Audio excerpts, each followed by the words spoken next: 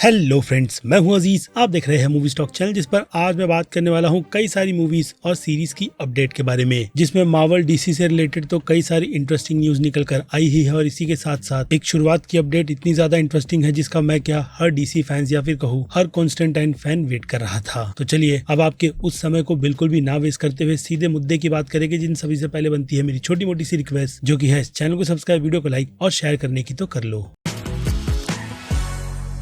So friends, तो शुरुआत करें सबसे पहले अपडेट की। तो ये अपडेट है कॉन्स्टेंटाइन 2 फिल्म की ऑफिशियल अपडेट से रिलेटेड, जिस फिल्म का मैं क्या हर फैंस बहुत ही बेसब्री से वेट कर रहा है, क्योंकि वो कहते हैं ना कि इस कंटेंट को बनने में अच्छा नहीं बल्कि बहुत ही अच्छा खासा वक्त लग गया। जिसमें देखा जाए तो 70 से 100 मिलियन के बजट में बनी हुई इस फिल्म ने बॉक्स ऑफिस पर 230 मिलियन के आसपास की कमाई की थी 2005 के आसपास। यानी फिल्म हिट ही थी, जो कि अब एल्सवर्ल्ड में कहीं ना कहीं ग्रीन लाइट का मुंह देख रही है, जिस पर अब कॉमिक बुक वालों की तरफ से इससे रिलेटेड रिपोर्ट को कोट करके फैंस को राहत दी गई है कि इस फिल्म की स्क्रिप्टिंग पूरी तरीके से कंप्लीट हो गई है। और हाँ, ये फिल्म बहुत ही ज्यादा आर रेटेड रहेगी, इस बात की भी कंफर्मेशन दी गई है। जिस फिल्म के लिए पुराने ही फिल्म के डायरेक्टर फ्रांसिस लॉरेंस को रिटर्न बुलाया गया है, तो वहीं कियानू रीव भी इस आइकॉनिक जॉन कॉन्स्टेंटाइन के कैरेक्टर के रोल में रिटर्न करेंगे। बस अब देखना यह है कि इस फिल्म की अनाउंसमेंट कब की जाती है, क्योंकि अगर स्क्रिप्टिंग खत्म हुई है तो डेफिनेटली इसी साल हमें इस फिल्म की फिल्मिंग का एक काफी तगड़ा सा अपडेट मिलेगा, जिस हिसाब से फिल्म साल 2026 में तो आ ही जानी चाहिए। जिसके बाद आ जाए केल्सी गैमर पर, जो कि फॉक्स से लेकर के अब एमसीयू के यूनिवर्स में भी बीस्ट के ही कैरेक्टर के नाम से जाने जाते हैं। तो उनकी तरफ से कंफर्मेशन ऑब्वियसली उन्हीं के कैरेक्टर की रिटर्न की है, जिससे रिलेटेड स्टूडियो यानी कि केविन फैगी ने भी उनसे बहुत कुछ डिस्कस किया है कि इनके कैरेक्टर को लेकर के रिटर्न एमसीयू के यूनिवर्स में किस तरीके का रहेगा। यानी बेसिकली पूरा एक्समैन की टीम की ही रिटर्न की बात की गई है, जिस बारे में वो अगर ज्यादा मुंह खोलेंगे तो डेफिनेटली केविन फैगी का स्नाइपर तो चलेगा ही। लेकिन वो कुछ ना बोले पर सोर्सेज की तरफ से तो एक्समैन से रिलेटेड एमसीयू के यूनिवर्स की जो अपडेट है वो फिलहाल तो मैं कह सकता हूँ कि थोड़ा दुख देती है, क्योंकि उस अपडेट में कहा यही जा रहा है कि एक्समैन का पूरा यूनिवर्स प्रॉपर तरीके का ग्रीन लाइट इस मल्टीवर्स के सागा के खत्म होने के बाद ही देखेगा। जी हाँ, फिलहाल तो ये सच है, क्योंकि दूसरी तरफ डैनियल ने भी एक्समैन के वुल्वरीन से रिलेटेड कुछ इसी तरीके की अपडेट देते हुए ये बात कही थी कि अगर एक्समैन के यूनिवर्स में वुल्वरीन अनफॉर्चुनेट इंक्लूड नहीं किया जाएगा, जी हाँ, एक्समैन का अगर पूरा यूनिवर्स भी बिल्ड हो रहा है तो उसे वो कहते हैं ना कि वुल्वरीन को थोड़ा साइड में रखकर किया जाएगा। रीजन यही है कि ह्यूग जैकमैन अपने कैरेक्टर को लेकर के अब इतने ज्यादा इंटरेस्टेड हो गए हैं कि वो इस यूनिवर्स में वुल्वरीन का कैरेक्टर और ज्यादा प्ले करना चाहते हैं। जिस बात में अब कितना दम है अगेन वो तो आने वाला वक्त ही बताएगा, क्योंकि मेरी नजर में ये काफी बड़ी, आप कह सकते हो कि कमिटमेंट हो जाती है, खास करके एक ऐसे यूनिवर्स में जिस यूनिवर्स को पूरी तरीके से बिल्ड ही एक्समैन की टीम के साथ साथ वुल्वरीन को इंक्लूड कर किया जाता है। लेकिन अब जो प्लानिंग एमसीयू वालों की तरफ से की गई है वो तो डेफिनेटली एक सॉफ्ट रिबूट ही है, जिस यूनिवर्स में मल्टीवर्स की सागा खत्म हो जाने के बाद भी कुछ ओजी कैरेक्टर्स रहेंगे और शायद से मल्टीवर्स का इफेक्ट भी, क्योंकि इसी के बलबूते पर एमसीयू के यूनिवर्स में आप कह सकते हो कि आगे जाकर किसी भी चीजों को चेंज किया जा सकता है या फिर किसी भी एक्टर की बार बार एंट्री करवाई जा सकती है। लेकिन अभी का प्लान तो एक्समैन के यूनिवर्स को लेकर के जो कुछ भी है वो हाँ अच्छा खासा टाइम तो लेगा ही, लेकिन इसी के साथ साथ श्योरिटी ये भी मिल जाती है कि इस यूनिवर्स को लेकर के प्रिपरेशन बहुत ही तगड़ी की जा रही है, ताकि एक्समैन की पूरी टीम एमसीयू में रिटर्न करे तो उसका रिटर्न बहुत ही प्रॉपर होना चाहिए। लेकिन ऐसा नहीं कि हमें एक्समैन का टीज आगे आने वाले मल्टीवर्स के सागा में देखने नहीं मिलेगा, यानी उससे रिलेटेड भी आप कह सकते हो कि कैमियोस की फुल प्रूफ प्लानिंग हो चुकी है, यानी एक्समैन के वही पुराने एक्टर्स मल्टीवर्स की सागा में हमें नजर आने वाले हैं। जिसके बाद बात करें ट्रांसफॉर्मर 1 पर, तो हाँ, इस फिल्म के फर्स्ट रिएक्शन रिव्यू तो अच्छे निकल कर आ ही रही है, जिसके साथ साथ कहा यह भी गया है कि इस फिल्म का बॉक्स ऑफिस पर चलना बहुत ज्यादा जरूरी है। रीजन यही है कि इस फिल्म की कहानी को आगे सीक्वल के तौर पर कंटिन्यू किया जाना है, जो अपडेट हमें काफी टाइम पहले ही मिल गई थी, लेकिन वो कहते हैं ना कि फिर से कंफर्मेशन फैंस की श्योरिटी के लिए दी जा रही है, ताकि वो लोग इस फिल्म को सपोर्ट करें, क्योंकि अगर ऐसी आईपी को सपोर्ट नहीं मिलता है तो फिर बॉर्डरलैंड्स जैसी फिल्म, वो भी काफी अच्छे गेम के एडेप्टेशन पर बॉक्स ऑफिस पर कैसे ऑन द मूव गिरती है, उसका एग्जांपल हमने उसी फिल्म के बॉक्स ऑफिस नंबर से देख लिया है, जिसके total box office number 31 million के है। यानी सिर्फ इस फिल्म के मार्केटिंग बजट को ही इस फिल्म ने रिकवर किया है, क्योंकि फिल्म का बजट 115 मिलियन का अलग से था, जिस हिसाब से ये फिल्म एक बहुत ही बड़े फेलियर की लिस्ट में आती है। और फिर इसके बाद बात करें न्यूयॉर्क के कॉमिक कॉन पैनल की, तो इस पैनल में जेम्स गन अपने upcoming animated project creature commando से रिलेटेड बहुत सारी डिटेल देने वाले हैं, जिसका ट्रेलर मैं कहूंगा कि काफी शानदार था। बस देखना इंटरेस्टिंग ये रहेगा कि इस एनिमेशन पर और डीसी के पूरे यूनिवर्स पर जेम्स गन की पकड़ किस तरीके की है, क्योंकि इस ट्वीट के अकॉर्डिंग 19 तारीख के दिन वो सिर्फ क्रिएचर कमांडो से रिलेटेड ही नहीं बल्कि पूरे मॉन्स्टर की आर्मी की डिटेल भी रिवील करेंगे, और साथ ही साथ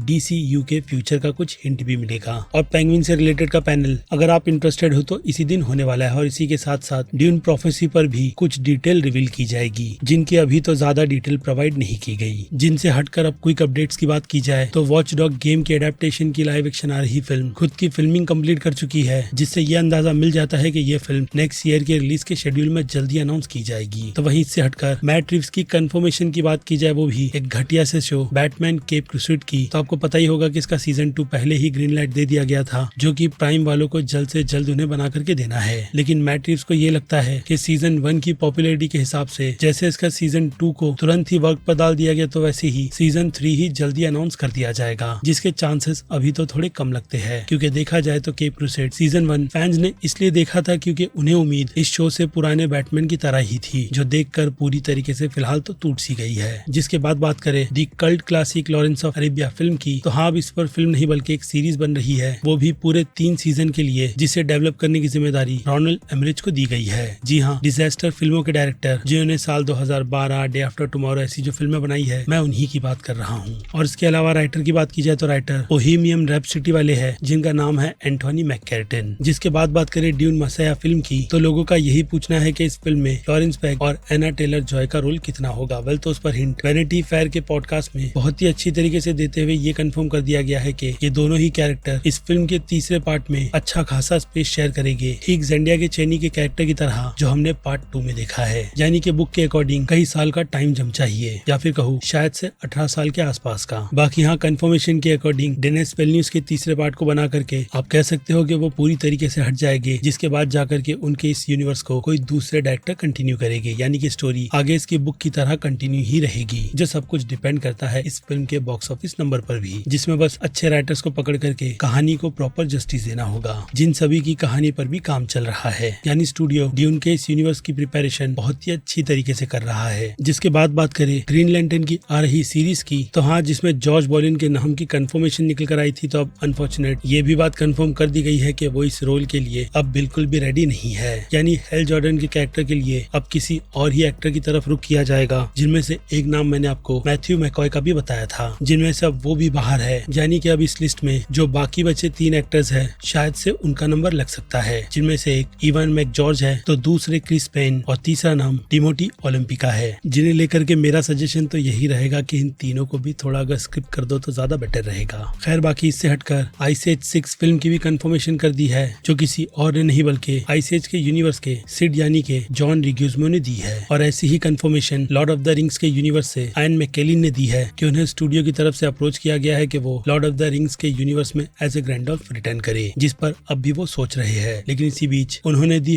हंट फॉर द गॉलिम पर यह भी अपडेट दे दिया कि इस फिल्म के टोटल 2 पार्ट की प्लानिंग की गई है। और फिर इससे हटकर प्राइम पर आ रही सीरीज स्पाइडर नुआर की बात की जाए, तो इस सीरीज में आपको पता ही होगा कि निकोलस केज को स्पाइडर नुआर के आइकॉनिक कैरेक्टर के रोल में रिटर्न बुलाया गया है, वो भी लाइव एक्शन। जिसके अलावा अब एक और नाम जैक हुडसन का जोड़ा गया है, जो शायद से इस यूनिवर्स में सैंडमैन के कैरेक्टर का रोल प्ले करेंगे। और ऐसी ही casting the black phone 2 film में डेमियन बीचेरिस की गई है। जिसके अलावा टॉम हॉलिन और ऑस्टिन बटलर के प्रोजेक्ट पर जेफ स्नाइडर की तरफ से अपडेट निकल कर आया है, जिसका टाइटल अमेरिकन स्पीड है। और इस फिल्म की कहानी 2 ड्रग स्मगलर्स भाई की है, जिसे प्रोड्यूस चार्लिस रोविन कर रहे हैं, जिन्होंने इसके पहले ओपनहाइमर और डार्क नाइट जैसी फिल्म को प्रोड्यूस किया है। यानी प्रोजेक्ट सच में बहुत ही ज्यादा तगड़ा होगा। और फिर इसके बाद बात करें रिंग्स ऑफ पावर की, तो जैसा कि आपको पता ही होगा कि काफी बेकार से फर्स्ट सीजन के बाद इसका सीजन 2 ठीक ठाक सा चल रहा है, जिसके फ्यूचर की प्लानिंग टोटल 5 सीजन की है। जो अब बनते भी है या नहीं वो तो अगेन आने वाला वक्त ही बताएगा। और फिर इससे हटके द बैटमैन के स्पिन ऑफ सीरीज की कंफर्मेशन पर बात करें, तो डायरेक्ट वालों की रिपोर्ट में प्रोड्यूसर ने इस यूनिवर्स पर और भी स्पिन ऑफ बन रहे हैं इसकी कंफर्मेशन दे दी है, जिसका मैं अच्छे से अच्छा विजन देखना चाहता हूँ, जिसकी बाकी सारी डिटेल मैंने आपको पहले ही प्रोवाइड कर रखी है। लेकिन उसमें छोटा सा अपडेट इस फिल्म को कहते हैं ना कि माहौल से रिलेटेड भी निकल कर आया था, जो पूरी तरीके से विंटर में फोकस करेगा। यानी मिस्टर फ्रीज के आने के चांस इस यूनिवर्स में अब और भी काफी ज्यादा बढ़ चुके हैं। और फिर आखिर अपडेट में एलिजाबेथ ओल्सन की रिटर्न की कंफर्मेशन की बात की जाए, जो कि एमसीयू में एज एन स्कारलेट विच है, तो उस पर उनका कहना है कि वो इस कैरेक्टर पर और भी जितना मिले उतना काम करना चाहती है, जिससे रिलेटेड अच्छी खासी डिटेल पर मैं एक अलग वीडियो बनाकर आपको जल्दी दे दूंगा, क्योंकि वो कहते हैं ना कि फिलहाल तो अपडेट में बस इतना ही। बाकी अब आपकी क्या राय है हॉलीवुड की इन सारी मूवीज और सीरीज से रिलेटेड, वो आप मुझे कमेंट में लिख कर बताइएगा। बाकी मैं हूँ Aziz, movie stock channel like share और सब्सक्राइब भूलना मत। मिलूंगा जल्दी दूसरी किसी वीडियो में। Till then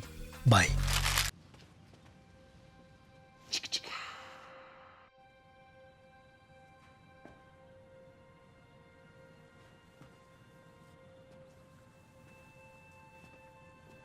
You're still here. It's It's over. Go home.